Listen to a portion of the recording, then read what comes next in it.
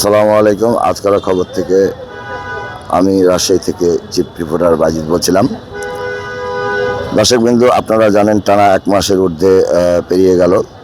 তেলের সংকট আসলে ফুরাচ্ছে না। কী সমস্যা, কী সমস্যা না, এটা আমরা এখনও বুঝে উঠতে পারছি না। তবে যতটুকু ধারণা করা যাচ্ছে,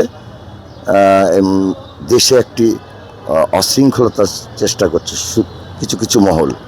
নতুন সরকারকে আবারও বলি, আমি কালকেও বলেছি, আজকেও বললাম, নতুন সরকারকে হেয় প্রতিপন্ন করার জন্য কিংবা তার মান সম্মান নিয়ে কিংবা তার গদি নিয়ে খেলার জন্য কিছু পক্ষ আছে যারা এই কৃত্রিম সংকট তৈরি করছে।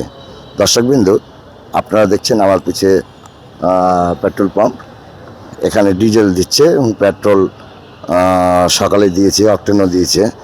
এখন শুধু ডিজেল চলছে। দর্শকবৃন্দ, গুলগফুর পেট্রোল পাম্প, কুমারপাড়া, রাজশাহী। আজকাল খবর থেকে চিফ রিপোর্টার বলছিলাম। ধন্যবাদ।